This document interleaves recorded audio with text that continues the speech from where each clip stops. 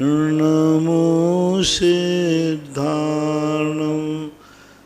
नमो आयर्याणं नमो वज्रायाणं नमो लोये सवसाहूणम्। पंच परमेष्टि भगवान की जय हो। आचार्य श्री गुरुवर कुंद कुंद महाराज की जय हो। आचार्य श्री गुरुवर विद्यासागर महाराज की जय हो। परम पूज्य निरापक मुनि श्री 108 सुधा सागर जी महाराज की जय हो।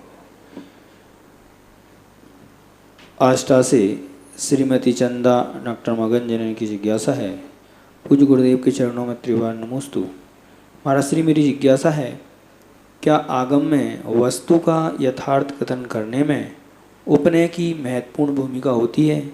उपनय क्या है, इसके कितने भेद हैं? कृपया सरल व्याख्या देने की कृपा करें। उपनय एक दार्शनिक शब्द है जो तो रूप में, यदि आपका अभिप्राय उपनयों से है, जैसे कि उपनय कहलाते हैं व्यवहार के सद्भूत व्यवहार नय, असद्भूत व्यवहार नय, उपचरित व्यवहार नय, इनको भी उपनय कहते हैं। यदि आपका इन उपनयों से मतलब है यानी नयों से, तो फिर व्याख्या अलग की जाएगी। और उपनय नाम का एक दार्शनिक शब्द है जहाँ उपनय का एक शब्द का प्रयोग किया जाता है। ऐसा है, इसलिए ऐसा है, तो वो बोलचाल की भाषा में ऐसा कई बार वाक्यों में आता है। तो आपको पहले स्पष्ट करें कि आप उपनय से क्या समझना है, दार्शनिक उपनय को समझना है या नए रूप उपनय को समझना है। दिल्ली से संजय जैन की जिज्ञासा है। पूज्य महाराज श्री के चरणों में कोटि कोटि नमन। महाराज श्री, मेरी जिज्ञासा है कि कई बार आप समय सार जी के स्वाध्याय के लिए मना करते हैं, वो हम लोगों के लिए मना किया है, लेकिन वह तो कुंद कुंद आचार्य देव द्वारा रचित है और आप सबसे पहले कुंद कुंद आचार्य भगवान को ही नमोस्तु करते हैं, ऐसा क्यों? कृपया समाधान। पहली बात तो आप ये बताएं, मैंने मना कब किया है? मैं कभी भी समय सार का मना कर ही नहीं सकता। मैं तो ये कहता हूँ क्रम से पढ़ो। यानी हम ये कहते हैं कि जो कोर्स जिस क्लास का है उस क्लास में पढ़ना चाहिए। पहले तुम समय सार पहली कक्षा भी नमोकार मंत्र आता नहीं, श्रावकाचार आता नहीं, प्रथमान युग 63 शलाका को अभी तुम्हें बल्दियत पता नहीं कि तुम्हारी बल्दियत क्या है, 63 शलाका पुरुष, और एकदम समय सार पढ़ो। ये अक्रमबद्ध के लिए मना करता हूँ।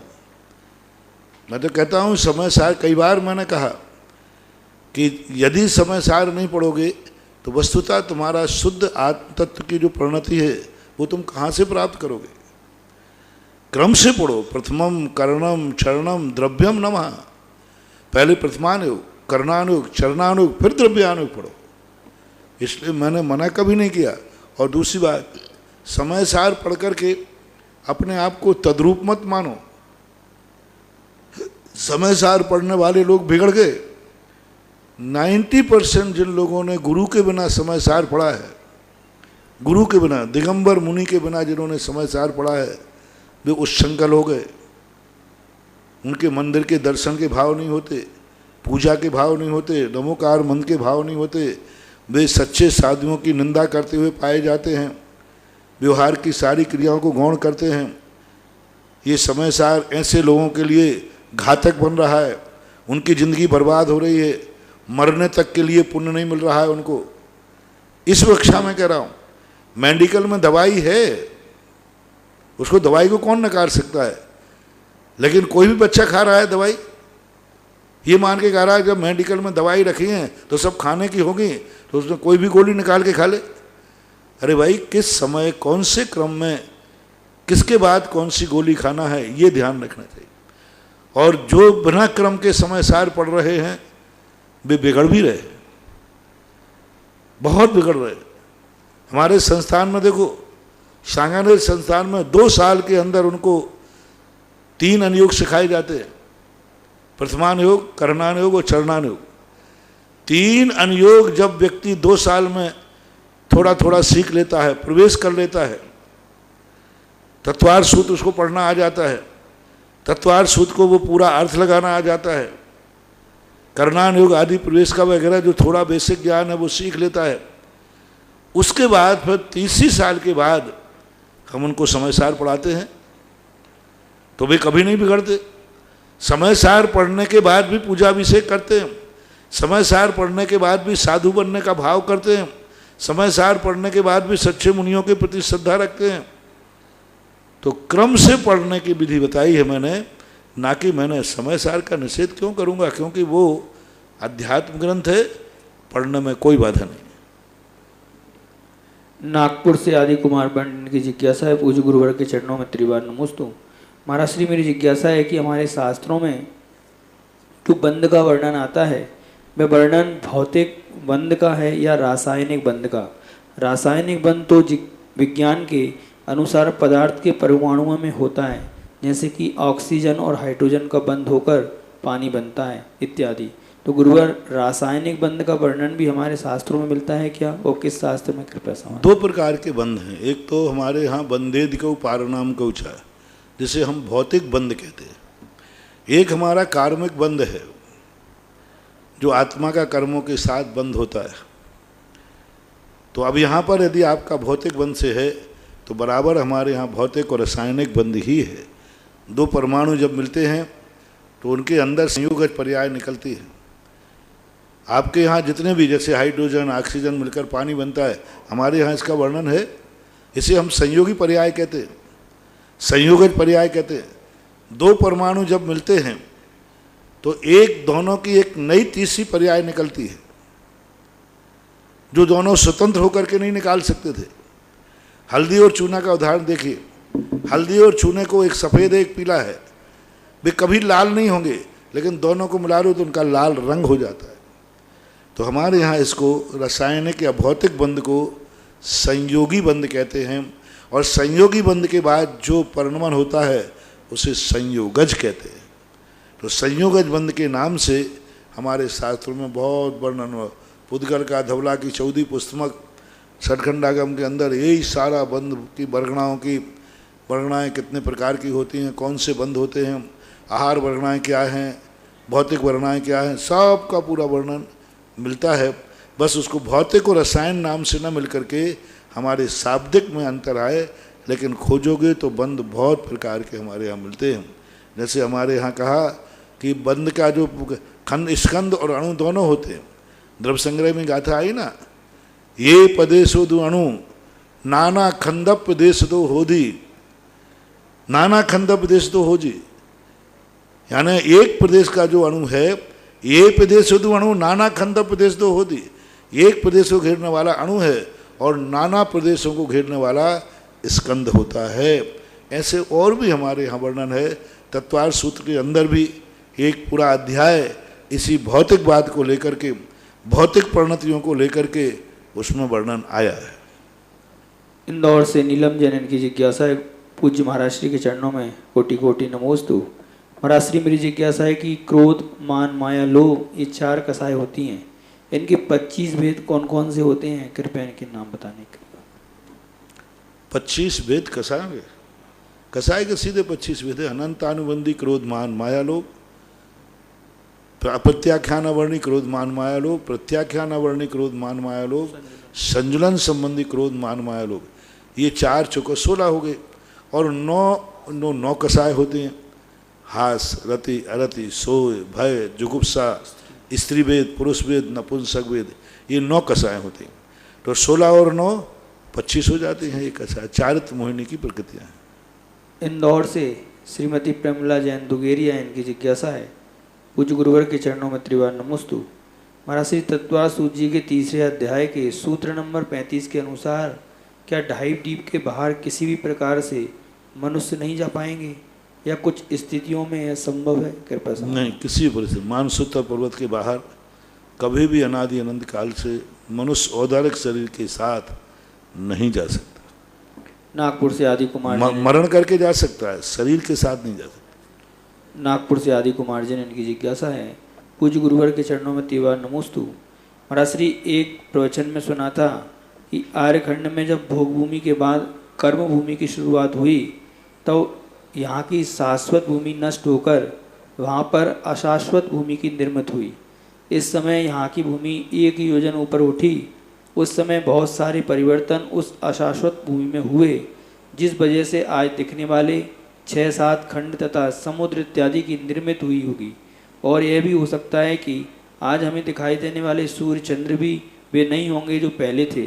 गुरुदेव, मेरी जिज्ञासा है कि यह वर्णन किस शास्त्र में मिलता है और क्या हम शास्त्र का अध्याय कर सकते हैं? आपका वर्णन ही आगम by, out of course, out of आगम। शाश्वत भूमि थी तो परिवर्तन कैसे हो गया? शाश्वत भूमि परिवर्तन नहीं होता। भोग भूमि को यदि आप शाश्वत भूमि कहोगे तो फिर परिवर्तन क्या हो गया, और अशाश्वत भूमि कहोगे तो फिर उसको शाश्वत क्यों कह रहा है? पहली बात। दूसरी बात है कि ये जो 6 खंडों का विभाजन आदि है, ये भोग भूमि के समय भी था। क्या बात हुई? मलेच्छ खंडों में कोई परिवर्तन नहीं होता।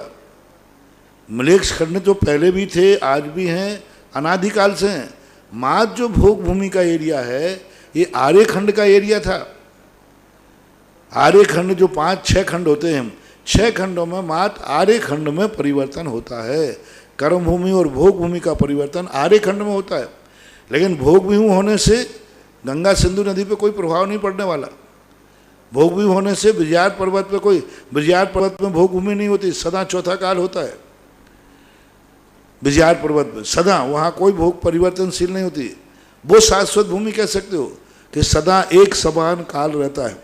मलेच्छ खंडों को शाश्वत भूमि कह सकते हो, सदा वहाँ एक समान काल रहता है। जिस आर्य खंड में अपन लोग रहते हैं इसमें तो परिवर्तनशील होता रहता है।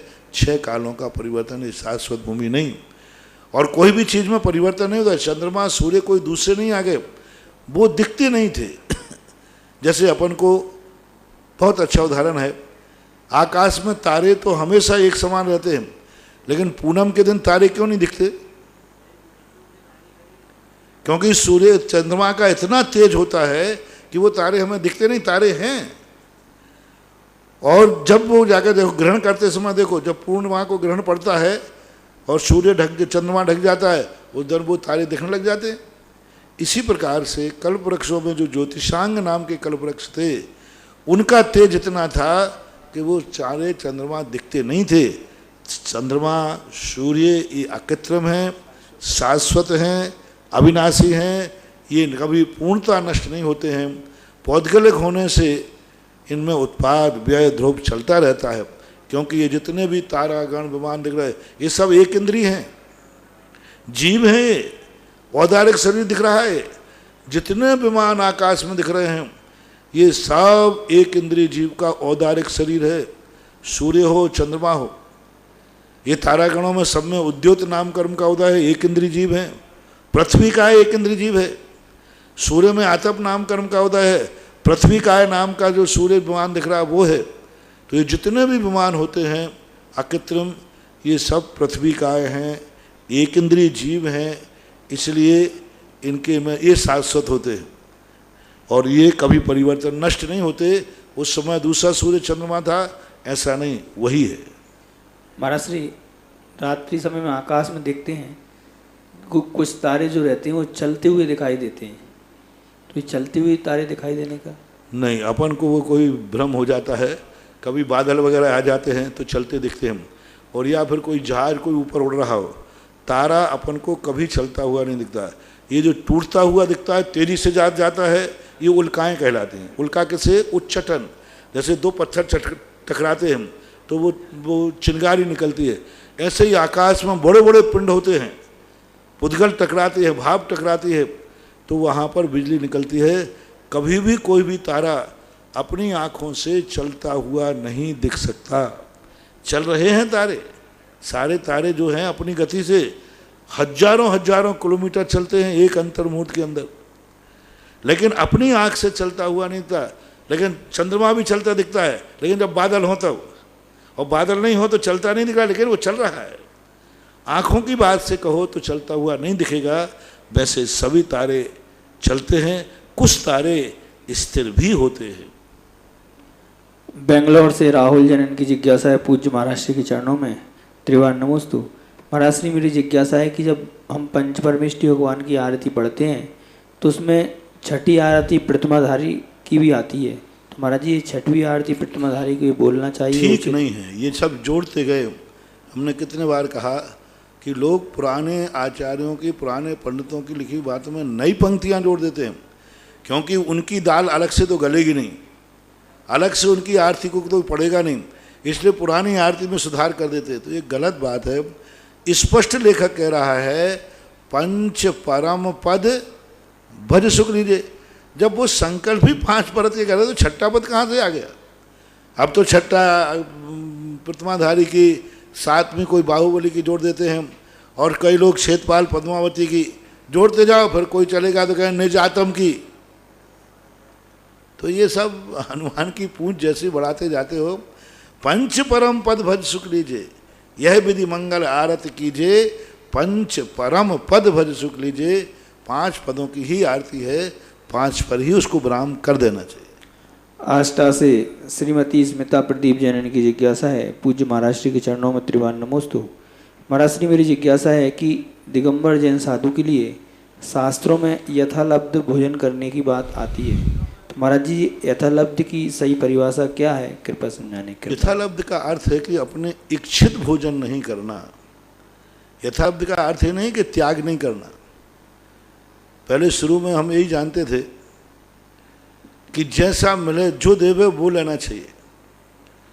यदि तुम पानी पानी दे रहे हो तो हम पानी पानी लेकर के बैठ जाते थे। यथालब्ध, यथालब्ध शुरू की बात है। तो किसी ने शिकायत कर दी कि महाराज जी ये तो भोजन करते ही नहीं, पानी पानी लेते अकेला, और हमारी हालत बिगड़ने लगी, बहुत ज़्यादा बिगड़ गई। तो किसी ने शिकायत दी तो आचार्य जी ने बुला के पूछा, भाई तुम आहार क्यों नहीं लेते, भोजन रोटी वगैरह, रोटी दूध सब्जी क्यों नहीं लेते, पानी पानी क्यों लेते हो? तो मैंने कहा वो देते ही नहीं है।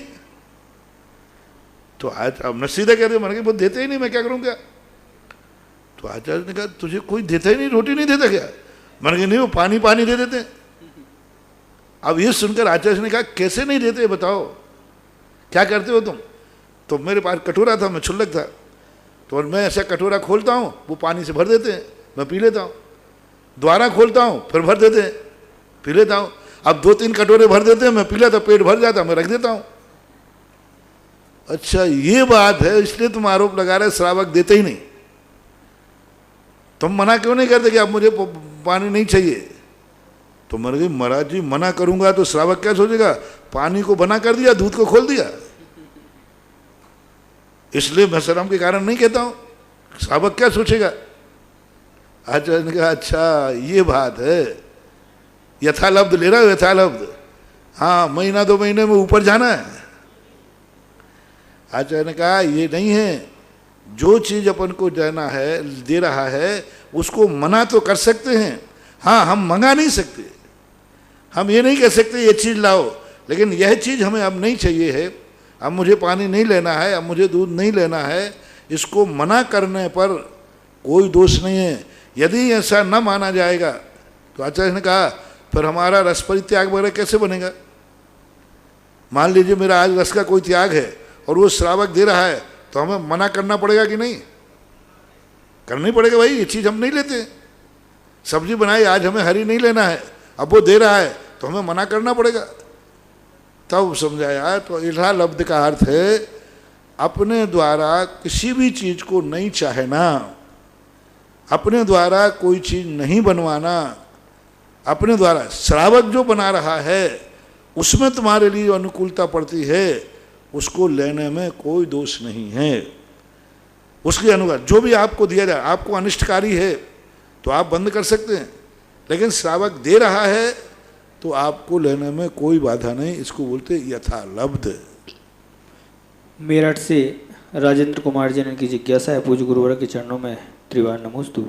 महाराज श्री मेरी जिज्ञासा है कि कोई भी कषाय नहीं करना चाहता लेकिन हो जाती है, यदि हम यह संकल्प लें कि हम कषाय नहीं करेंगे तो फिर कषाय भाव उत्पन्न नहीं होगा, ऐसी तो होता नहीं क्योंकि यह हमारी इच्छा पर निर्भर नहीं है। फिर ऐसा क्यों करें कि यह उत्पन्न ही ना हो? कषाय के बाद मन खेद खिन्न भी हो जाता है, सोचते भी हैं कि हमने कषाय क्यों की। कृपया मार्गदर्शन करें कि इस कषाय को हम कैसे जीत सकें। कृपया। संकल्प द्रव्य वस्तु का त्याग होता है, भावों का संकल्प नहीं होता। द्रव्य वस्तु का त्याग होता है, ये चीज़ मैं छोड़ता हूँ, मैं ये चीज़ त्याग करता हूँ। लेकिन भाव एक ऐसी चीज़ है, उसको आपको दृढ़ता से पालन करना पड़ेगा। और यदि आप संकल्प लेते हैं तो फिर संकल्प ले सकते हैं, लेकिन फिर मौका आएगा तो अंदर ही अंदर में किसमें आना। कई लोग मौन तो ले लेते हैं और उसी समय मौन तो ले लिया कि आज कुछ नहीं होना था, शांति थी, और दोपहर में चलते चलते कोई गाली देने आ गया, झगड़ा, अब क्या हो रहा है, अब किस हुआ, क्योंकि सुबह तो मालूम था नहीं कि आज कोई झगड़ा होगा, कुछ होगा।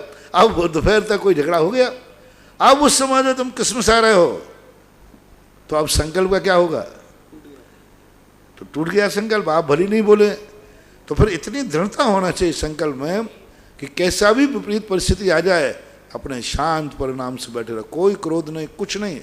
अंदर अंदर अरे कसाएं कितनी होती हैं, 10% भी क्रोध अपन व्यक्त नहीं करते, 10% भी मान माया चार्ज व्यक्त नहीं करते। सब लोग अपनी अपनी छातियों पे हाथ रख के पूछो अंदर कितना क्रोध आता है, तो मारो। हाँ, मारता नहीं है, बोलता नहीं है, क्योंकि अभी कैसे मारो, अभी सबके सामने कहते, लेकिन अंदर कसाय चलती। सब लोग अपनी अपनी कसाय को पकड़ना। 90% लोग कसाय को, अपनी जितनी कसाएं होती हैं व्यक्त बहुत कम होती हैं। ऊपर से अपन बहुत हंस कर दिखेंगे, मुझे कुछ नहीं, और अंदर घटाडोप चल रहा है, अंदर घटाडोप चल रहा है, सामायिक में चल रहा है, प्रतिगुण में चल रहा है, माला में चल रहा है। कसाय इतनी तेज आ रही है, इसने अपन किया, ऐसा करूंगा, ऐसा करूंगा, करना कुछ नहीं है, अंदर कसाय। अब वो कसाय खतरनाक है, मान कसाय। ऊपर से तो अपन को तो कोई तकलीफ नहीं, अपन को मान सम्मान तो चाहते ही नहीं, बिल्कुल, अरे बिल्कुल नहीं, मान सम्मान तो है ही नहीं। और जब मान की लिस्ट बोली, उसमें नाम छूट गया। पहले तो नहीं, अपन मान से कुछ मतलब ही नहीं, और जब सम्मान की लिस्ट हो गई, नाम आगे पीछे हो गया, फिर देखो अंदर क्या घटाटोप होता है। मैंने इतनी मेहनत की, मैंने इतना किया, मेरा नाम तक नहीं आया। ऐसे ही मायाचारी तो वैसे ही व्यक्ति लोग गुप्त करते हैं, क्योंकि उजागर हो गई तो फिर मायाचारी कहाँ रही। अब देखो कितनी मायाचारी चलती रहती है और कोई नहीं पकड़ पा रहा है, किसी को मालूम नहीं है, बिल्कुल सीधा साधा दिख रहा है, लेकिन अंदर मायाचारी चल रही, षड्यंत्र चल रहा है, अंदर विकल्प चल रहा है। इसको ऐसा करूँगा, मैं भी कभी देख लूँगा, इसने आज मेरे साथ ऐसा किया, मैं भी देखता हूँ। अब ये अंदर अंदर कितने दिन चलता रहेगा। सब लोग पकड़ो ना अपने अपने। ये निधि एक ऐसी है, दूसरा नहीं पकड़ पाएगा, कोई नहीं। मेरे लिए तुम नहीं पकड़ सकते हो। मैं बहुत अच्छा मुस्कुराता रहूं, सब रखूंगा, और अंदर आ रहा है, अपनी कसाय खुद पकड़ सकते। तो देख लो आपकी मायाचारी कितनी चलती है, कितने षड्यंत्र चलते रहते, कितने चलते रहते। ऐसे ही लोभ कसाय देख लो। कौन दुकानदार है जो ग्राहक के सामने अपनी लोभ कसाय व्यक्त करता है, सौगंध खा जाता है कि नहीं साहब, मैं बिल्कुल लगी मूल पे दे रहा हूं, बिल्कुल लगी, वो तो तुम लगे हुए ग्राहक हो, मुझे तो इसमें घाटा सहन करना पड़ेगा। अब देखो लोभ कसाय छुपा ली उसने, ग्राहक से क्या कह रहा है, तुम तो लगे हो, मैं तो घाटे में दे रहा हूं। कोई घाटे में देता है क्या। तो सारी कसाएं जो अंतरंग की कसाएं हैं, ये अपन स्वयं पकड़ सकते हैं, और खतरनाक तो वही है। यदि आप संकल्प कर सकें तो उसका अर्थ है अंदर में भी परिणाम शांत, एकदम अंदर से भी परिणाम शांत, कोई मान नहीं, माया नहीं, लोभ नहीं, कुछ नहीं। कर लो तो बहुत अच्छा है, बहुत बढ़िया है, लेकिन फिर बाद में किसमिसाना नहीं, अंदर बैठे बैठे।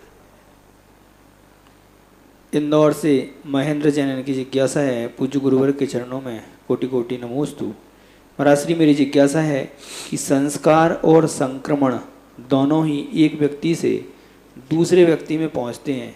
एक सभ्यता की स्थापना करता है और एक सभ्यता का विनाश करता है। महाराज जी, व्यक्ति में संस्कार के कौन से बीज रोपे जाएं जो दुनिया में एकता, विकास और संस्कृति का परिचायक बने, कृपया आपका मार्गदर्शन। संक्रमण और संस्कार को आप एक कह रहे हैं, आप थोड़ी सी भूल कर रहे हैं। संक्रमण दो वस्तुओं में होता है, एक वस्तु को दूसरी वस्तु में संक्रमण कर देना, और जब भावों का संक्रमण नहीं होता, संस्कारों का संस्कार दिया जाता है, संक्रमण नहीं होता। जैसे एक दीपक दो दीपक जलते हैं, तो एक दीपक को अपन टच करते तो उसने अपनी ज्योति को संक्रमण नहीं किया, यदि संक्रमण करता तो ये बुझ जाती। उसने उस ज्योति को संस्कारित किया है और उस गर्मी से वो जल जाता है। तो इस प्रकार से संस्कार जो हैं हम एक दूसरे को देते नहीं हैं, संस्कार उस पर पड़ता है।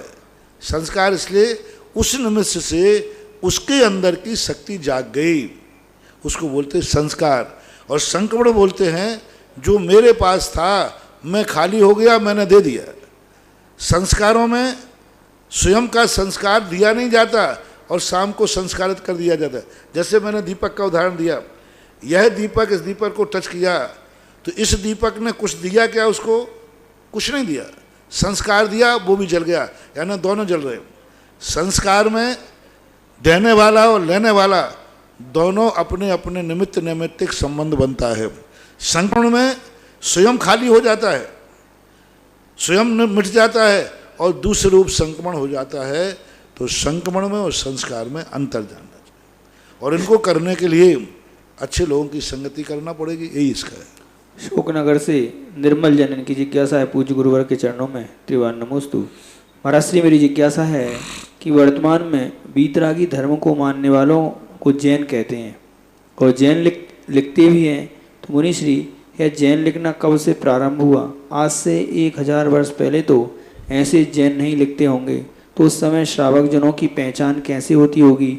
उस टाइम तो चारों वर्ण थे, क्षत्रिय, शूद्र, ब्राह्मण, वैश्य वर्ण आदि। सबसे पहले हमारे यहाँ जब लिखा गया, पूज्यवर कुंद भगवान ने जैन शब्द का प्रयोग किया है। तो कुंद यानी जब से हमारे यहाँ लिखा पढ़ी चल रही है तब से जैन शब्द चल रहा है। बाकायदा कुंद भगवान ने जैनम प्राकृत में, यानी उसका अर्थ जैन है, जैन शब्द का प्रयोग किया गया है। इसलिए अनादि अनंत काल से जिनसे उत्पन्न हुए जैन हैं, जो जिनको मानते हैं, जिनेंद्र को मानते हैं, वे सब जैनी अनादि काल से चलते आए। बात ये अलग है कि जैन आज एक जाति बन गई, जैन एक धर्म है और उस धर्म को जो पालन करता था वो जैन कहलाता था। आज वर्तमान की परिस्थितियों में जैन एक जाति बन के रह गई। जैन का संबंध धर्म से कम है, आज जाति से ज़्यादा है। धर्म से कोई लेना देना नहीं है, बिल्कुल भी धर्म नहीं मान रहा है, तो भी वह अपने आप को जातिगत होने से जैन लिख रहा है। तो आज ये परिवर्तन आ गया। वस्तुतः जैन शब्द अनादि अनंतकालीन है, शाश्वत है, कभी इसका नाश नहीं हुआ। और 2000 वर्ष पहले भी जैन शब्द का प्रयोग किया गया, तो उसका अर्थ है कि 2000 वर्ष पहले भी जैन शब्द चलता था। तुम्हारा श्री, ये 4 वर्णों की जो स्थापना की, जिसमें शूद्र, ब्राह्मण, वैश्य आदि, तो जब मुनि महाराज आहार के लिए निकलते थे तो उनको ये कैसे ज्ञात होता था कि जैनी के आहार होते थे? वर्ण से कोई मैंने कहा ना, आज जो वर्णों की व्यवस्था हो गई, ये वर्ण जो हैं कर्म के अधीन थे। ये वर्ण जो कर्म के व्यवस्थाएं बनती थी और जैन धर्म से बनता था। लेकिन उस समय आज जो वर्तमान में जाति बन गई, शूद्र एक जाति हो गई, ब्राह्मण एक जाति हो गई, क्षत्रिय एक जाति हो गई। जब ये जातियों का बंटवारा हो गया, चाहे तुम कोई भी कर्म कर रहे हो, लेकिन तुम्हारी जाति है कि तुम जैन कहलाओगे, ब्राह्मण कहलाओगे, जैन कहलाओगे। अब जैन कोई भी कार्य कर रहा है लेकिन बल्दियत से जैन है। तो आज वर्तमान में जो परिवर्तन आया है, इसके अनुसार हमारे लिए ये विचार करना पड़ता। पहले जो जैन होते थे, पहले धर्म सबका एक होता था, कर्म में अंतर होता था। सब जैन धर्म को मानते थे, सब रात्रि भोजन त्यागी होते थे, सब वीतरागी भगवान को मानते थे, सबके सच्चे देव शायद गुरु होते थे। ऐसा मानना चाहिए। देश विदेश में सुन रहे समस्त श्रावक श्राविकाओं की ओर से परम पूज्य गुरुदेव के चरणों बार बार नमोस्तु नमोस्तु नमोस्तु। मुनिश्री संतोष जी भोपाल पूछ रहे हैं, मेरी जिज्ञासा है कि भक्तामर स्तोत्र के 25वें काव्य में भगवान को बुद्ध और शंकर का नाम बताया है, तो क्या हमारे भगवान से इनसे कोई संबंध है? कृपया समाधान ये करें। शब्द कहलाते हैं, इनके अर्थ प्रत्यय होते हैं। बुद्ध का अर्थ क्या है, शंकर का अर्थ क्या है? संकरोति शंकरः, जो सारी दुनिया में शांति को स्थापित करते हैं उनको शंकर बोलते हैं। जो हमारे लिए नए मार्ग की स्थापना करते हैं वो ब्रह्मा होते हैं। जो वस्तुतः आदर्शों की प्रस्तुत करते हैं, मर्यादा रखते हैं, सबको रक्षा प्रदान करते हैं, उन्हें पुरुषोत्तम बोलते हैं। तो वहाँ शब्दों की व्याख्या थी, और कई शब्द जो हैं ऐसे महत्वपूर्ण हो जाते हैं कि वो उपाधि का रूप बन जाते हैं, उपाधियाँ बन जाती हैं। कई लोग, जैसे आप भामाशाय, अब भामाशाय क्या था? एक व्यक्ति का नाम था, और आज भामाशाय क्या बन गई? उपाधि बन गई। आज अपन किसी दानवीर को कहते हैं अरे भाई भामाशाय हैं, अरे भामाशाय कहाँ से आ गया? भामाशाय तो एक व्यक्ति का नाम था। धीरे धीरे जाकर के वो उपाधि बन जाती है जब कोई व्यक्ति ऐसा। इसी प्रकार शब्द जो हैं कभी कभी उपाधि बन जाते, किसी व्यक्ति के नाम से जुड़ जाने से वह उपाधि का रूप धारण कर लेता है। वस्तुतः शब्द तो शब्द ही होते हैं। आज वर्तमान में इन शब्दों के माध्यम से लोग ये प्रश्न कर सकते हैं कि जैन भगवान ब्रह्मा कैसे हैं? वो तो इस सृष्टि के कर्ता नहीं है। जैन भगवान शंकर नहीं है क्योंकि वो संहारक नहीं है। तो उनसे कहते कि नहीं, ऐसी बात नहीं है। हैं, शंकर का अर्थ क्या होता है? भस्म करने वाला नहीं, शांति फैलाने वाला, जिनके माध्यम से शांति स्थापित होती है। तो इस प्रकार के शब्दों को भक्ति में प्रयोग कर लिए जाते हैं। सुनीता जैन गैरतगंज से पूछ रहे हैं, नमोस्तु महाराज श्री। महाराज श्री, आगम में आता है कि 3.5 हाथ के शरीर के जो होते हैं वही मोक्ष जाते हैं। तो महाराज श्री, 3.5 हाथ शरीर वाले की क्या विशेषता होती है? 3.5 हाथ का अर्थ सबसे कम उत्कृष्ट रूप से मोक्ष जाने वाले 550 धनुष के होते हैं, कम से कम 3.5 हाथ के। तो 3.5 हाथ का जो प्रमाण है उससे छोटे वाले को मोक्ष नहीं होगा। अब अपने हाथ से 3.5 माने तो अपने हाथ से हर व्यक्ति 3.5 है। आप खुद अपने हाथ से खड़े होकर नापना, 1 2 और तीसरा घुटने पे और चौथा 3.5 में। भगवान 500 धनुष वाले हो, चाहे वो 6 फुट हो चाहे 8 फुट का हो, अपने हाथ से प्रत्येक व्यक्ति 3.5 हाथ का है। आज सब लोग अपने अपने आप को नापना भी अपने खुद के हाथ से नापना है। एक हाथ तो ये हो गया ना, देखो ये हो गया, तो यहाँ तक आ गया। अब दूसरा हाथ कमर तक जाएगा, तीसरा हाथ घुटने तक जाएगा, घुटने के थोड़ा नीचे जाएगा और 3.5 हाथ बन जाएगी। तो अपने हाथ से तो 500 धनुष वाला भी है, तो 3.5 का वो यहाँ प्रमाण नहीं है। यहाँ प्रमाण है जो प्रमाण निश्चित किया गया अंगुल से, अंगुल के माध्यम से जो माना जाता है उसके लिए। जैसे 24 अंगुल बेतिया है, हाथ है, तो उससे नापा हुआ जो है 3.5 हाथ का, यानी यूँ मान लीजिए 3.5 हाथ का एक हाथ 1.5 फुट का होता है। तो 3 डेवड़ा कितना हो गया? 4.5 और आधा का और ले लो, यानी 3.5 हाथ है ना। तो एक हाथ में एक हाथ 1.5 फीट का होता है, 9 इंची और ले लो तो कितना हो गया? 5.25 फुट से नीचे वाले को मोक्ष नहीं मिलेगा। आज की भाषा बोल रहा हूं, 5.25 से तक वाले को मोक्ष हो जाएगा। और चौथे काल में 5.25 की काया बहुत कम पाई जाती है, बहुत कम पाई जाती है। आज वर्तमान में मोक्ष है ही नहीं, ऐसा मन। अश्विन जैन गोदा जयपुर, नमोस्तु महाराज श्री। मंदिर जी में श्री जी की वेदी में रोशनदान हो सकते हैं क्या? और श्री जी की वेदी में पीछे हवा के लिए जाली हो सकती है क्या? समाधान करें। एकदम पीठ पे नहीं होना चाहिए, साइड में यदि कर लेते हैं व्यवस्था के अनुसार तो उतना महान दोष नहीं, ठीक पीठ पे नहीं होना चाहिए। ऋतु जैन इंदौर से, मेरे इष्ट गुरुदेव के चरणों में 12 बार नमोस्तु। मुनिश्री, मेरी जिज्ञासा है, मंदिर बड़े भक्ति भाव से जाते हैं, लेकिन मंदिर में जाप या पूजा करते समय बहुत नींद आना, मन ना लगना, हमारे कौन से पाप कर्म का उदय होता है? समाधान करें। प्रमाद का उस है, उस समय ऐसा किया करो कि कोई भय पैदा कर लिया करो, और भय पैदा करके कोई से एक आध व्यक्ति तैयार कर दो कि तुम्हें डर लगना चाहिए। कोई व्यक्ति कहे महाराज मुझे बहुत नींद आ रही, बहुत नींद आ रही, उसी समय कह देना इस कमरे में एक सांप घुस गया था, वो अभी निकला नहीं है, आप सो के दिखाओ बाबू। इसका अर्थ नींद नहीं आ रही थी, तुम्हारी रुचि का अभाव होता है। प्रमाद जब आता है तो भय से दूर हो जाता है और प्रीति से दूर हो जाता है। यदि अति प्रीति किसी से राग है हमें तो फिर नींद नहीं आती, और अति भय है तो नींद नहीं आती। इसलिए धर्म के प्रति यदि हमारी अति रुचि बढ़ जाएगी तो निद्रा नहीं आएगी, मध्यम रुचि रहती है इसलिए सो जाते हैं। विश्व के बड़े बाबा के औषधि लेप हेतु दान की घोषणा हुई है मुनिश्री। श्री श्रीमान पवन जैन, उमा जैन, तरुण जैन, राशि जैन, अंकुर जैन, शिवाली जैन, के निशिका जैन, अश्विका जैन, अनायासा जैन, अशोक विहार फेज 2 दिल्ली, इन्होंने 5 लाख रुपए की घोषणा करके बड़े बाबा को औषधि लेप हेतु दान की घोषणा की। देखो ये बहुत बड़ी पहली घोषणा है भारत में, अभी तक के इतिहास में पहली घोषणा है। एक नया रूप मैंने एक दिन प्रवचन में बोला था कि सैंडस्टोन की जितनी मूर्तियां होती हैं ये बैयावृत्ति मांगती हैं, मार्बल की तो नहीं मांगती। बैयावृत्ति का अर्थ इनको कोई ना कोई स्निग्ध पदार्थ शुरू में तो प्रतिदिन लगाना पड़ता है, बाद में हफ्ते में 1 दिन लगाना पड़ता है। इसमें स्निग्ध पदार्थ नहीं लगाओगे तो मूर्ति बहुत सूखी रूखी हो जाती है, देसी पत्थर की। मार्बल वगैरह में तो शाइनिंग हमेशा बनी रहती है। तो इसके औषधि, ये अभिषेक नहीं है तेल का है, घी का, इसको बोलते औषधि।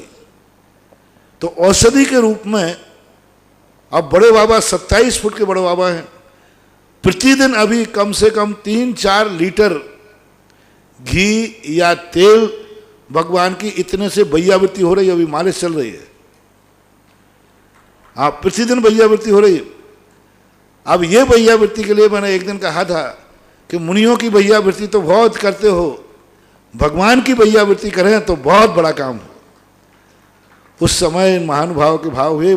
देखो इन्होंने बहुत बड़ा काम किया, एक नया, यानी सारी मूर्तियों में उसके अंदर जो भी घी तेल आदि औषधि है, इसको औषधि लेप नाम दिया है, औषधि लेप।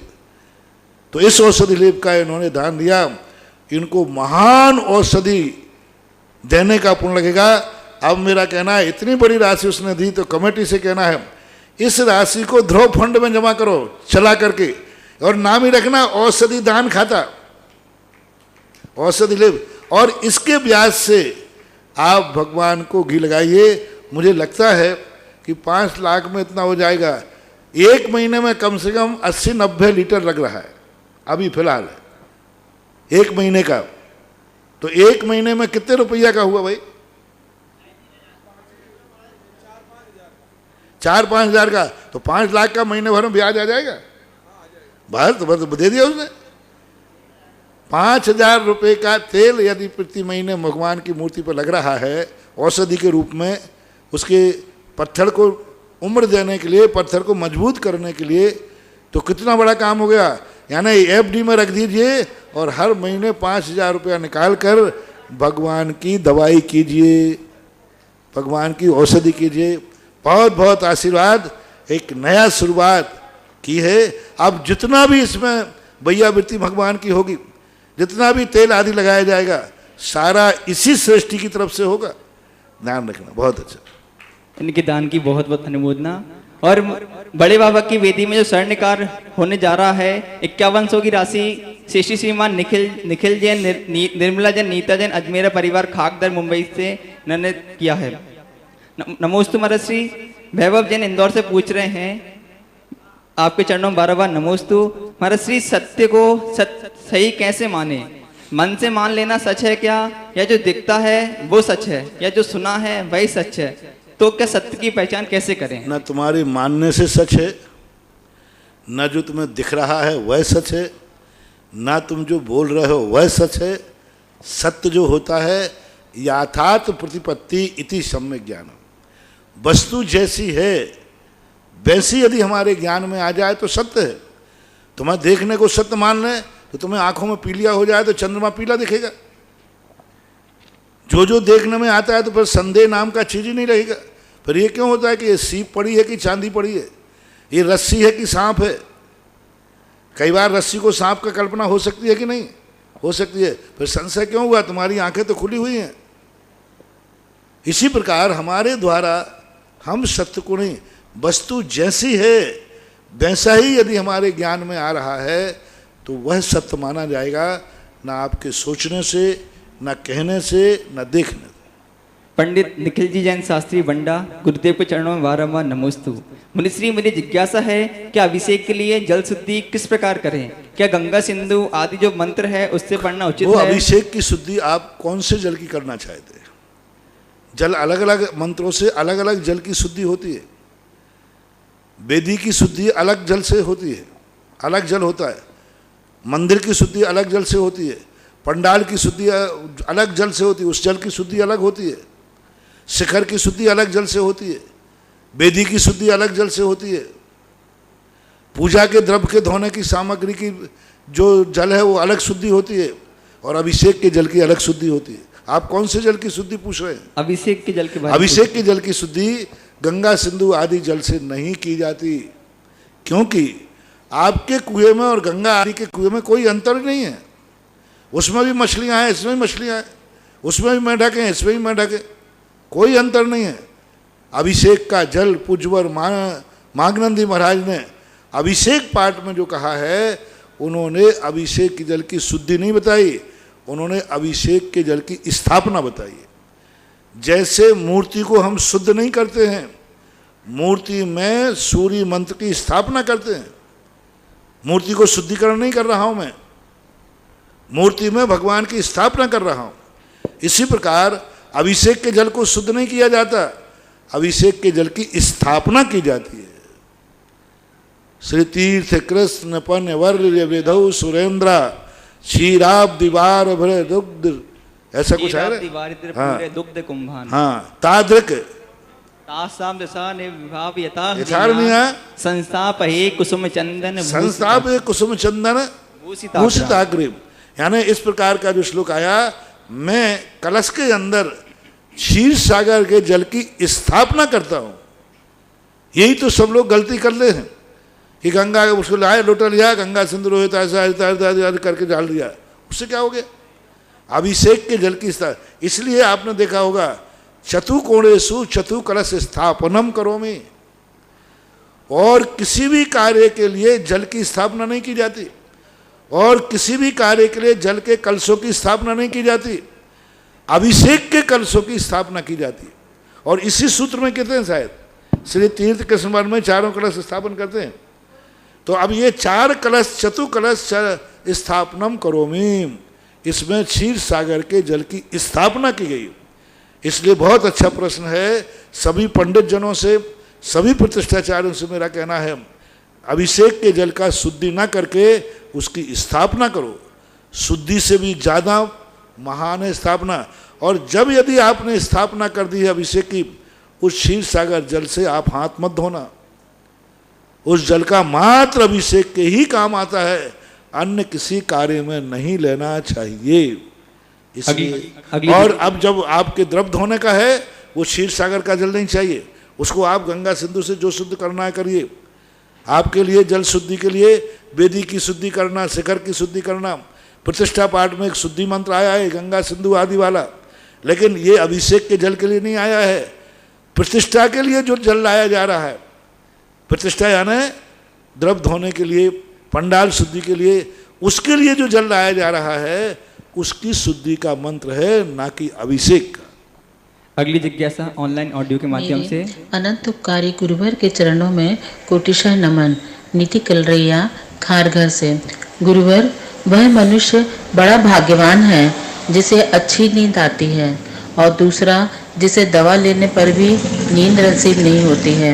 इसका अंतरण कारण तो दर्शनावरणी कर्म है, पर बाहरी कारण ऐसे कौन कौन से हैं जो हमारी नींद पर असर करते हैं, जिनसे बचना चाहिए, और अच्छी नींद लाने के लिए कौन कौन से उपाय करना चाहिए? नमोस्तु गुरुवर। गोमरसार के अंदर इसके संबंध में आया है कि नींद लेने के लिए गरिष्ठ भोजन करना, भैंस का मट्ठा जम के पीना, ये नींद के कारण है। गरिष्ठ भोजन आदि करना नींद के कारण है।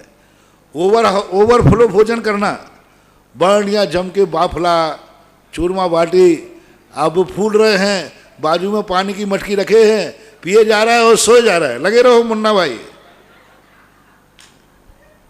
हाँ, तो ये सब निद्रा की उधीरना के कारण कहे शास्त्रों में आए हैं।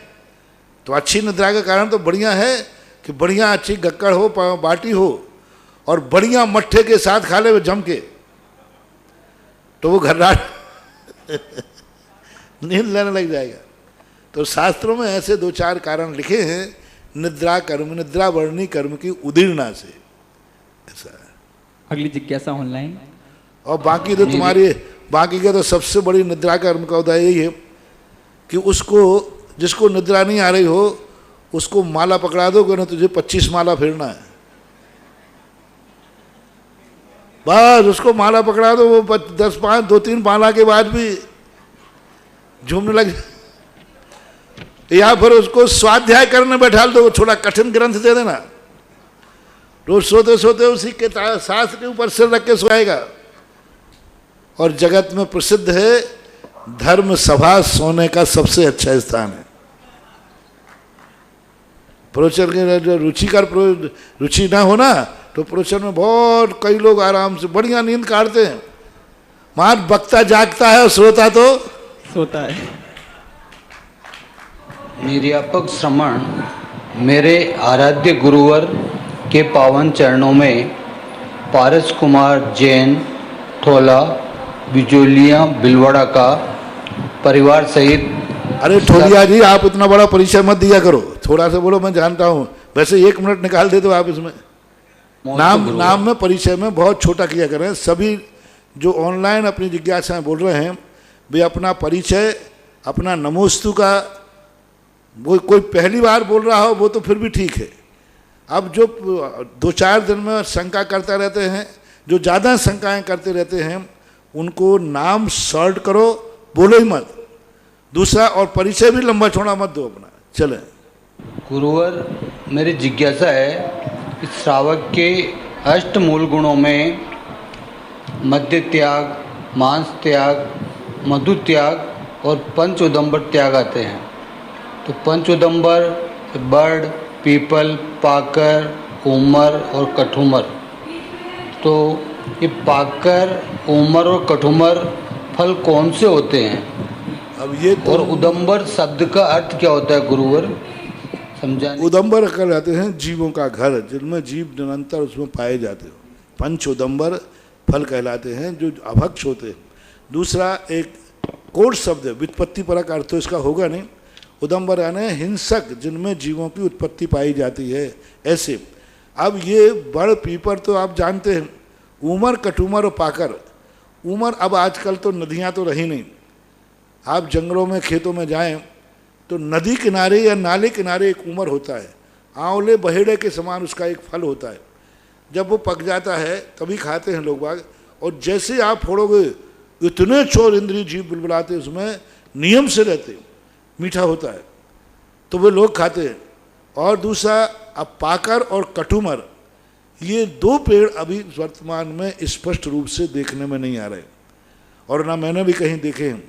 संभवतः ऐसा पेड़ है जो लोग, किसान लोग, आदिवासी लोग जंगलों में पाया जाता है, जिसके अंदर काफ़ी जीव होते हैं, वो होता है। आज वर्तमान में कह नहीं सकते, क्योंकि बहुत सा, जैसे सहतूत है, तो सहतूत को भी अभक्ष में माना जाता है, क्योंकि उनमें भी जीव उत्पन्न हो जाते हैं बहुत ज़्यादा। तो अब समय। अगली जिज्ञासा ऑनलाइन। ललितपुर से विमल कुमार जैन, शरद जैन का निर्यापक मुनि पुंगव श्री सुधा सागर जी महाराज को त्रैबार नमोस्तु। हे गुरुवर, आपके आशीर्वाद से अटा मंदिर ललितपुर के 24वीं में आपसे महायज्ञ नायक बनने का आशीर्वाद लिया था, जो आज तक बराबर चल रहा है। हे गुरुवर, मेरी जिज्ञासा है कि हम अपने सुपुत्र शरद जैन एवं सुप्रिया का आपके बताए अनुसार चक्रवर्ती विवाह करना चाहते हैं, तो आप हमें इसकी विधिवत बताएं। हम पूरी को बहुत बार बता चुके हैं। हर व्यक्ति को अलग अलग बताने में समय खर्च होता है, सब व्यापक हो चुकी है, सबको बता चुका हूँ मैं। मेरा आशीर्वाद है, जिन लोगों के शादी विवाह हो गए हैं उनसे आप पूछ लीजिए। कोटा के अंदर जितेंद्र पंडित हैं, वो इस कार्य के लिए कराते हैं, बहुत विधान करा चुके हैं, आप उनसे भी पूछ लीजिए। अब पूरी विधि हम बार बार बताएं तो उचित नहीं रहता है, एक एक व्यक्ति को कहाँ तक बताएंगे। मेरा आशीर्वाद है, बहुत अच्छा है। जो विधि हमने पहले बताई है आप ढूंढ लें, यूट्यूब पे ढूंढ लें, व्हाट्सएप पे ढूंढ लें, और जिन्होंने किया है उनसे ढूंढ लें, और नहीं तो जितेंद्र पंडित जी कोटा के हैं उनसे आप बात कर लें, नंबर लेकर के बता दें। अगली जिज्ञासा ऑनलाइन। परम पूज्य निर्यापक श्रमण के चरणों में हम सबका कोटिशाह नमन। मुनिश्री प्रवचन सार में आचार्य कुंद कुंद देव ने ज्ञेय अधिकार की 65वीं गाथा में शुभोपयोग का स्वरूप कहा है। उन्होंने कहा, जो जानदि जिणेंदे पेक्षदि सिद्धि तहेव अणगारे जीवे यसाणुकंपो ओह ओहो सो सुहो तस्स। जो जिनेंद्र भगवान को जानता है, सिद्धों को देखता है और अनगार आचार्य उपाध्याय साधु परमेष्ठियों को भी जानता है और देखता है, जीवों पर अनुकंपा करता है, वह सुउपयोगी होता है। यहाँ पर जिनेंद्र भगवान को जानने से, सिद्धों को देखने से, तो जानने और देखने का क्या मतलब है, ये छोटी सी जिज्ञासा है। जिनेंद्र भगवान को देखने का अर्थ होता है कि उनका जो द्रव्य गुण पर्याय हैं, क्योंकि दृश्य धातु जो है मात्र दर्शनोपयोग रूप नहीं लेना, देखने का अर्थ है उनके गुणों को, क्योंकि देखने की और जानने की जो क्रियाएं हैं ये प्रायः दोनों एक दूसरे के पूरक बनती है।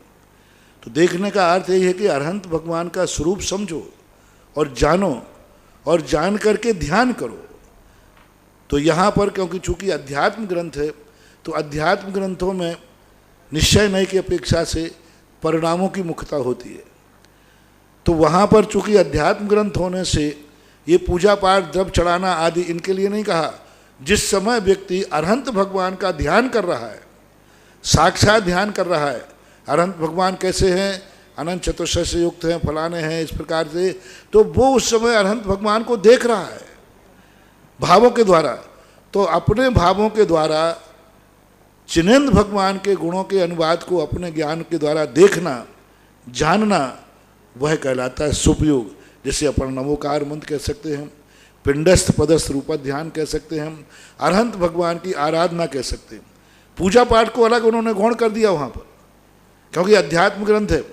वहाँ तो मात्र चिंतन करना, अरहंत भगवान के गुणों का चिंतन करना ही देखना है। और सिद्धों को देखने का समान का अर्थ सिद्ध स्वरूप, स्वरूप शब्द उस गाथा में आया है कि सिद्धों के स्वरूप को देखना जानना। तो उनके स्वरूप का ध्यान करना, जैसे अपन लोग रूपातीत आदि ध्यान करते हैं, अथवा सिद्धों का आलम्बन लेकर के सिद्ध अष्ट गुणों से संपन्न है, सम्यक्त आदि गुणों का उनका चिंतन करना ही वहाँ देखना है। और भाव क्रिया को वहाँ गौण किया गया है, द्रव्य क्रिया को, और भाव को आत्मा के चैतन्य परिणाम जब अरहंत के अभिमुख हैं तो अरहंत को देख रहा है, जब सिद्ध को जानने का प्रयास ध्यान कर रहा है तो वो सिद्ध को देख रहा है। और जब तक ये पर का आलम्बन लिए है ज्ञान में, ध्यान में, तब तक वो शुभोपयोग ही है। इसलिए शुद्धोपयोग में लीन लेने वाला व्यक्ति नमोकार मंत्र का आलम्बन नहीं लेता, अरहंत सिद्धों का आलम्बन नहीं ले सकता। शुद्धोपयोग में लीन रहने वाला बीजाक्षर का आलम्बन ले सकता है, लेकिन पंच परमेष्टि का आलम्बन नहीं ले सकता। अरहंत तो सिद्ध का ध्यान करते करते कभी से को शुद्धोपयोग नहीं हुआ करते समय, लेकिन बीजाक्षर से हो जाएगा। अरहंत सिद्धों का नहीं हो, क्योंकि अरहंत सिद्ध एक पद है, वो पर्टिकुलर एक पर्याय है। और पर्याय का जब हम ध्यान करते हैं और एक पद का हम ध्यान करते हैं तो सुपयोग ही बनता है। और बीजाक्षर ना तो पद है, एक बीजाक्षर, मात्र एक बीजाक्षर है, पर्याय है वो, लेकिन वो पद नहीं है, अर्थवाचक नहीं है। जिसका कोई अर्थ हो, जिसका माध्यम से कोई पर्टिकुलर पदार्थ की तरफ दृष्टि जावे, वो सब सुपयोग के अंतर्गत आता है। जो किसी पर्टिकुलर की तरफ से नहीं जाता, संकेत करता है, बीजाक्षर किसी की तरफ संकेत नहीं करते, वो किसी पद का रूप धारण नहीं करते, इसलिए शुद्ध उपयोग हो जाता है। इसलिए इन सबको सुपयोग के अंतर्गत उज्ज्वल कुंद कुंद भगवान ने लिया है। यूएसए से मंजू जैन, मुनिश्री के चरणों में बारंबार नमोस्तु नमोस्तु नमोस्तु। महाराज श्री, मेरी शंका है कि अब तक हम सुनते आए हैं कि पार्श्वनाथ भगवान के ऊपर उपसर्ग इस क्षेत्र में हुआ था, परंतु जिस दिन आपने केवल ज्ञान मंदिर की घोषणा की उस दिन समझ आ गया कि उपसर्ग वहीं पर बिजौलिया में हुआ था। अब मेरी शंका ये है कि पार्श्वनाथ भगवान की अहिचेत की पूजा भी है और पूजा में ये भी आता है कि पद्मावती ने भगवान को अपने सिर पर उठा लिया था, तो क्या महाराज श्री हमको ये पूजा करनी चाहिए? ये पूजा आप लोगों की खुद की बनाई हुई है, आगम की पूजा नहीं है। प्राचीन शास्त्रों में भगवान को धरणन पद्मावती ने उठाया ही नहीं है, आगम ही वचन नहीं है। उसने तो धरणन ने तो भगवान को उठा लिया और पद्मावती ने जाकर के छत्र लगाया था बाजू में खड़े होकर। आज भी दक्षिण भारत में प्राचीन मूर्तियां मिलती हैं। उत्तर भारत में देवगढ़ के अंदर ऐसी मूर्तियां हैं, कटनी के अंदर बड़े मंदिर में एक ऐसी मूर्ति है जहां पर पद्मावती छत्र लेकर के है और धरणन जो है भगवान को उठाए हैं, एक फन ऊपर है। अभी कैसे भगवान को उठाया था धरणन ने, पद्मावती ने कैसे छत्र लगाया था और कमठ ने कैसे उपसर्ग हुआ था, ऐसा प्रैक्टिकल मंदिर यहाँ बनने जा रहा है। आपको पूरा यथार्थ, कुछ भी शंका करने, आगम में प्राचीन शास्त्रों में जो घटना घटी थी उस समय, उस घटना का प्रत्यक्ष साकार रूप उसको देखने के बाद आपको बिल्कुल ऐसा लगेगा साक्षात पारसनाथ भगवान की वही हाइट दी जाएगी जितने वो थे ओरिजिनल। ऐसे नहीं छोटे बड़े नहीं बैठा लूंगा, जिस साइज के पारसनाथ थे उसी साइज के पारसनाथ बैठेंगे, उसी साइज का वो फन बनेगा जिस साइज का धरणन ने किया होगा, ऊपर किया होगा नीचे, क्योंकि भगवान जितने थे उससे थोड़ा ही बड़ा तो किया होगा, ऐसे थोड़ी को बहुत बड़ा कर लिया होगा, बिल्कुल बड़ा। तो पूरा झांकी का वो दृश्य आगम की सुरक्षा करने के लिए यहाँ दर्शाया जा रहा। बहुत अलौकिक दृश्य होगा, पूरा क्षेत्र एक तरफ होगा। जिस ढंग से अभी पारसनाथ भगवान की मुनि अवस्था का उपसर्ग का दृश्य दिखाया जाएगा, देख के दंग रह जाएंगे। अभी तक भारत में ऐसा दृश्य नहीं। पहाड़ी बनेगी, पहाड़ी पर गुफा होगी, गुफा में से तुम जाओगे, आगे एक कुंड होगा, झरना होगा, बाकायदा पानी का झरना होगा, और कमठ ऊपर शिला लेके खड़ा हुआ होगा, भारी भरकम घटोत्कच जैसा। हाँ, घटोत्कच आता है ना, वो एक ऐसा, तो उसका वैसा खड़ा होगा और बहुत ऐसा होगा। ये वो दृश्य देख करके लोग एकदम साक्षात उस चौथे काल में पहुंचेंगे। जो कल्पना अभी इंजीनियर से डिजाइन हो रही है, बहुत अद्भुत मंदिर बनना है। देखना एक के बाद एक आगे और कुछ, मैंने पहले ही कहा जो अच्छी चीज होती है मैं उससे अच्छी बनाता हूँ, सेकंड कर देता हूँ। और वो मंदिर एक अलौकिक मंदिर होगा, अलौकिक उसकी रचना होगी, जिसको देख करके व्यक्ति साक्षात देख करके दंग रह जाएंगे। ऐसा उपसर्ग हुआ था, ऐसे भगवान फन के ऊपर बैठे थे और ऐसा पद्मावती ने छत्र लगाया था।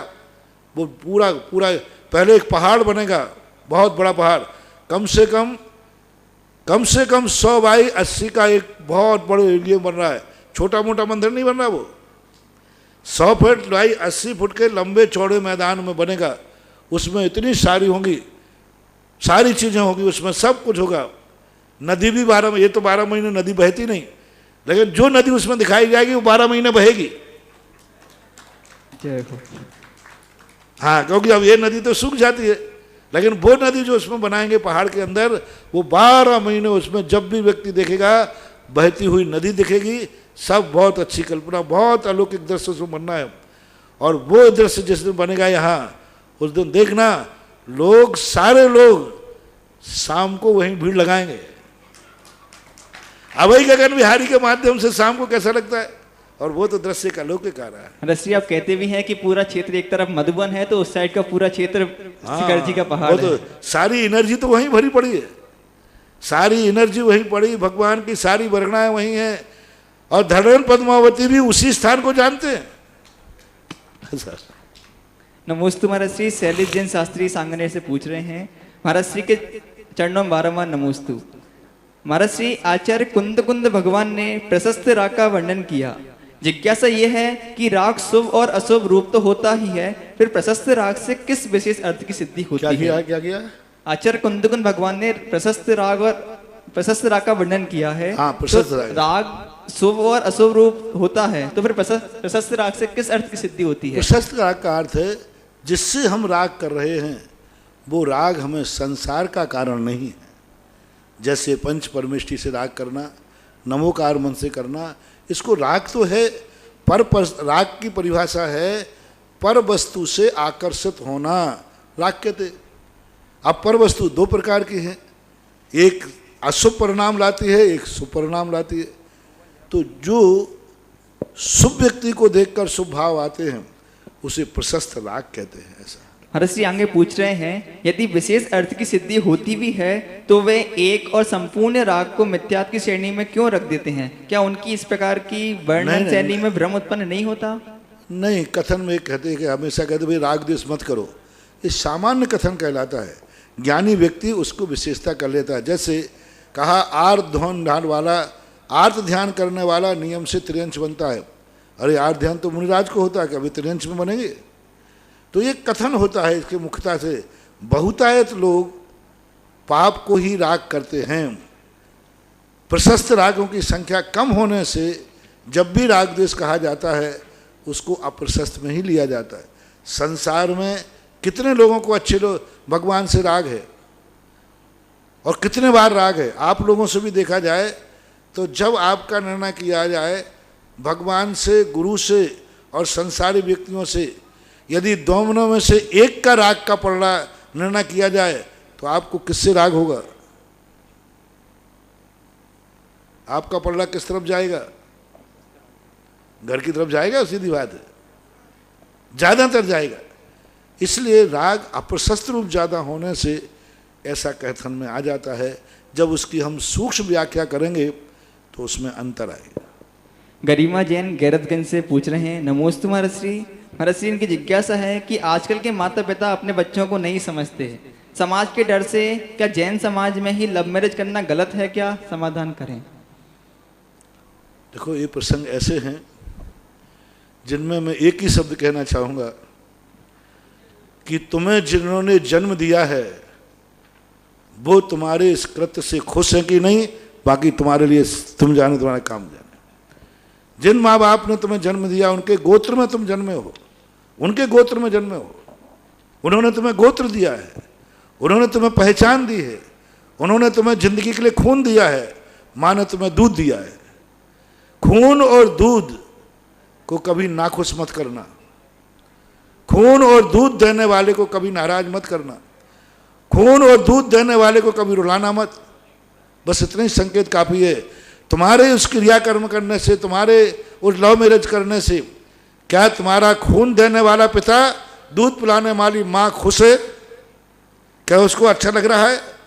एक बात। दूसरी बात, जिन गुरुओं के, जिन जिनेन देव के कारण तुम जैन हो, तुम जैन हो, जैन शब्द जो तुम्हारी बपौती नहीं है, जैन शब्द जिनेन देव ने दिया है।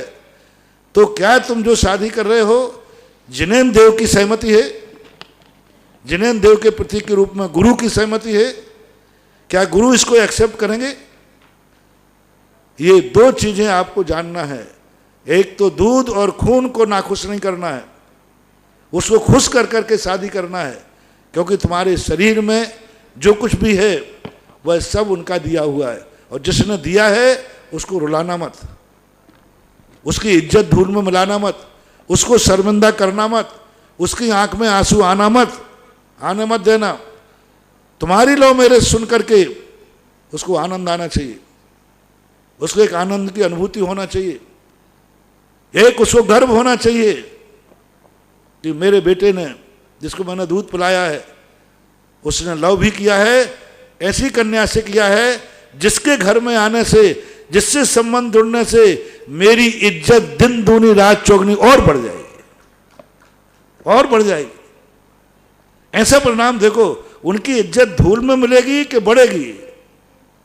तो आपके लिए इस प्रकार के कार्यों के लिए मैं समर्थन तो करूंगा नहीं, लेकिन निषेध भी नहीं करूंगा। क्या तुम शादी करके जाओगे, गुरु को आहार दे पाओगे? गुरु की अंजलि में पानी रख पाओगे? क्या गुरु की कृपा दृष्टि पा पाओगे? यदि हाँ तो कोई मनाही नहीं है, और ना तो कोई किसी प्रकार का समर्थन नहीं है। ये लोग ऐसे प्रश्न कर करके, हमसे समर्थन मांग करके अपने बाप बाप को, देखो महाराज ने समर्थन कर दिया ना। मैं बहुत सावधान है लैला मंजनुओं से। पंडित संजीव जैन शास्त्री सांगनेर से पूछ रहे हैं, नमोस्तु महाराज श्री। महाराज श्री, चतुर्गुण स्थान का उत्कृष्ट काल क्या है? छायुत्समिक सम्यक्त का 66 सागर काल कैसे घटेगा? 66 सागर काल सर्वोत्कृष्ट काल, 66 सागर कुछ अधिक, हालांकि पूज्यवर वीर सिंह स्वामी महाराज ने 66 सागर ही लिया है। तो मनुष्य और देवों की अपेक्षा घटेगा। 3-4 प्रकार से घटता है। पहले मनुष्य बनेगा, मनुष्य में कहीं 13 सागर की आयु में, 22 सागर की आयु में इस प्रकार के मनुष्य और देव 3-4 भवों के बाद तक में ये घटना घटा देते हैं। हम शास्त्र में घटाया है, 2 या 3 प्रकार से घटाया। 66 सागर बनाए, तो अब 66 सागर वो आगम में बनाए हैं, तो वो देव और मनुष्यों में घटित हो जाता है। वो नरकों में नहीं जाएगा, त्रियंशों में नहीं जाएगा, भवनेत्रकों में नहीं जाएगा। वह नियम से सम्यक दर्शन काल में वैमानिक देव और मनुष्य बनता जाएगा। राहुल जैन लाडनू पूछ रहे हैं, नमो आपके चरणों में बारंबार नमोस्तु। महाराज श्री, नरक में तीर्थंकर प्रकृति किस पुण्य प्रकृति के रूप में उदय में आती है? नरक गति में उदय में नहीं आती, उसका पररूप संक्रमण होता है, स्तूप संक्रमण जिसे कहते हैं। क्योंकि बंद होने के बाद निश्चित तो उदय में आएंगे, लेकिन स्वयं से उदय में नहीं आकर के नाम कर्म की जो अन्य प्रकृतियां हैं, उन प्रकृतियों के रूप में किसी में भी जा सकते। नाम कर्म की बहुत सारी प्रकृतियां हैं, उनमें वो किसी रूप में परिणमन हो सकते हैं। पर्टिकुलर किसी प्रकृति में परिवर्तन होता है, ऐसा आगम का वचन नहीं है। अनुज जैन सागर, आपके चरणों में बारंबार नमोस्तु। महाराज श्री, जिज्ञासा है, एक समय में तो एक ही वर्ण का उदय होता है, तो मनुष्य के कौन सा वर्ण का उदय माने? परंतु और तीर्थंकर भगवान के तो नीले, लाल, हरे वर्ण का कथन मिलता है, तो वो कैसे? एक समय में एक वर्ण का उदय है? नहीं, स्कंद में ऐसा नहीं है, परमाणु के अंदर है। जब परमाणु शुद्ध दिशा में होता है तो एक समय में एक ही वर्ण का उदय होगा, लेकिन स्कंद में ऐसा नहीं है। स्कंद में नाना परमाणु स्कंद रूप बन करके नाना वर्ण रूप हो सकते हैं। एक परमाणु पीला है, एक लाल है, एक काला है, एक नीला है, तीनों मिलकर के चितकबरा हो गया, नाना प्रकार के। तो स्कंद रूप में तो एक समय में अनेक वर्ण देखे जाते। जैसे अपने शरीर में देख लीजिए, एक ही समय में शरीर के अंदर कितने वर्ण हैं। आँखों का रंग अलग है, आँखों के बाजू का रंग अलग है, नाखून का अलग है, जिह्वा का रंग अलग है, दांतों का रंग अलग है, खून का रंग अलग है, सब हड्डी का रंग अलग है, नसों सब का रंग अलग अलग है। तो इस स्कंदों में नाना प्रकार के रंग एक साथ पाए जाते हैं। अगली जिज्ञासा ऑनलाइन। गुरु जी के पावन पवित्र चरणों में कोटि कोटि नमोस्तु। गुरु जी, सच्चे देव शास्त्र गुरु यही हैं, अन्य नहीं हैं। ऐसा श्रद्धान होने पर सम्यक दर्शन हो गया, किंतु एक गृहस्थ जो जब स्वाध्याय या मंदिर आदि जाता है तब तो उसके भावों की विशुद्धि बढ़ती है, किंतु जब वह गृहस्थी के कार्यों में रच पच जाता है तो उसकी विशुद्धि नहीं रहती।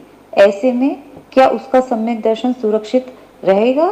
कृपया समझाइए। सम्यक शिखर जी यात्रा में जा रहा है व्यक्ति और उसने टिकट ले लिया है और उसके बाद में टिकट लेकर के सो गया।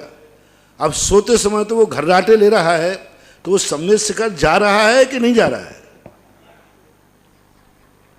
गाड़ी में जाके सो गया, टिकट खिड़की पर ले लिया, अब एक बार ले लिया, उसने जेब में रख लिया, अब गाड़ी में जाके सो रहा है। तो अब वो सोते समय शिखर जी जा रहा है कि वह रुक गया? जा रहा है। अब सम्यक शिखर जाते समय गाड़ी में जाकर के बाथरूम में गया, तो उस समय उसका उपयोग सम्यक शिखर में है कि बाथरूम पे है? बाथरूम में, तो वो सम्यक शिखर जा रहा है कि नहीं जा रहा है? इसी प्रकार गाड़ी में बैठा हुआ आपसी में बातें कर रहा है, दो व्यक्ति बैठ करके गप्पे कर रहे हैं, तो उनका उपयोग बातों में है कि सम्यक शिखर में? बातों में, फिर भी सम्यक शिखर जा रहा है कि नहीं जा रहा है? बस इसी प्रकार अविरत सम्यक दृष्टि होता है कि उसने एक बार सिद्धांत कर लिया कि सच्चा देव साध गुरु मेरा यही था, यही है, अन्य नहीं है। अब बीच में वो घर गृहस्थी की गप में करने लग जाता है, तो उपयोग तो घर गृहस्थी में है, लेकिन फिर भी वह सम्यक दृष्टि है जैसे सम्यक शिखर का यात्री है। अगली जिज्ञासा ऑनलाइन। गुरुदेव नमोस्तु। मैं बीना जैन गया से बोल रही हूँ। पारसनाथ भगवान तीर्थंकर प्रगति का बंद करने पर भी उन पर इतना उपसर्ग क्यों आया? क्या पाप कर्म पुण्य कर्म में नहीं बदल सकता था? कृपया मेरी शंका का समाधान करें। नमो। कभी कभी क्या होता है, व्यक्ति पूर्व में इतने अहित कर लेता है, बाद में पश्चाताप कर करके वो पश्चाताप करता है, लेकिन जो कृत्य किया है वो तो भोगना ही पड़ेगा ना। तो वो निधत्त निकाचित कर्म होने से बदल सकते हैं। बहुत सारे बदल गए, इतने बदल गए कि बहुत ज़्यादा। लेकिन वो बदले हुए कर्मों में कुछ कर्म ऐसे होते हैं निधत्त निकाचित, जो तीर्थंकर प्रकृति के उदय से भी नहीं बदलते, तीर्थंकर के भी नहीं बदलते। इसको हमारे शास्त्रों में निधत्त निकाचित कर्म कहते हैं। सम्यक जैन असुरनगर से पूछ रहे हैं, महाराज श्री के चरणों में बारंबार नमोस्तु। महाराज श्री, मेरी जिज्ञासा है, हम जो मंदिर में अभिषेक करने जाते हैं वहाँ केवल एक ही कलश से अभिषेक होता है, ऐसे में क्या हम अपने घर से रजत का कलश ले जाकर अभिषेक कर सकते हैं? अब देखो, इसके संबंध में व्यवस्थाएं हैं, अकेले पूछ करके व्यवस्था मत बिगाड़ो। करने में तो कोई बाधा नहीं है, लेकिन कमेटी की व्यवस्थाएं जैसी हों, थोड़ा कमेटी को इन कार्यों में हमेशा कमेटी तुम लोग बनाई जाती हैं, तो कमेटी में बैठ करके इन चीज़ों की व्यवस्था बनाएं तो अच्छा रहेगा, जिससे विवाद नहीं होगा। कपिल जैन भोपाल पूछ रहे हैं, नमोस्तु महाराज श्री।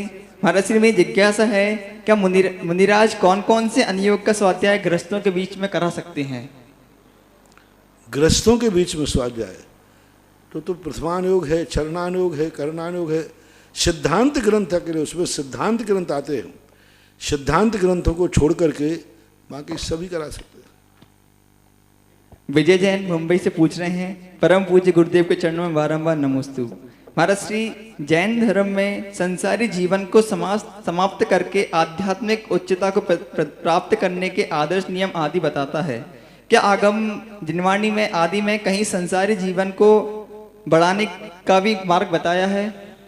गृहस्थ को ही तो बढ़ाने का मार्ग बनाया, गृहस्थ को ही आगे बढ़ाकर मुनि बनाया। कोई अगलग से मुनि महाराज कोई आकाश से नहीं आए थे, वो भी गृहस्थ थे। गृहस्थ से ही तो मुनि बनते हैं। गृहस्थ को ही तो ये प्रतिमाएं हैं। गृहस्थ तो ही पहले अणुव्रत लेता है, फिर पहली प्रतिमा, दूसरी प्रतिमा, चौथी, ये सब 11 आइटम दिए ना, और 11 के बाद 12वां मुनि की प्रतिमा होती है। तो इस प्रकार का गृहस्थ को बढ़ाने में खूब आगे में उल्लेख है। लेकिन तुम कहो गृहस्थ में सर्वोत्कृष्ट अध्यात्म को प्राप्त कर लें तो वो तो प्राप्त नहीं होगा। बोली परम पूज्य निर्यापक चरण सुधासागर जी महाराज की जय।